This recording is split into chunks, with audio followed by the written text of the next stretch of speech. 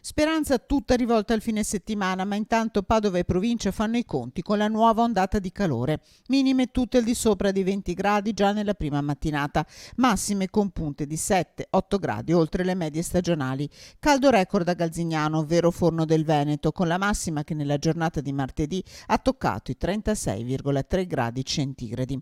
In città termometro fermo a 34 gradi, ma si soffre e intanto a fare i conti con l'emergenza sono soprattutto le persone anziane. Sovraffollamento in queste ore negli ambulatori del pronto soccorso dell'azienda ospedaliera di Padova, con il direttore Vito Cianci che non esita a parlare di situazione rovente.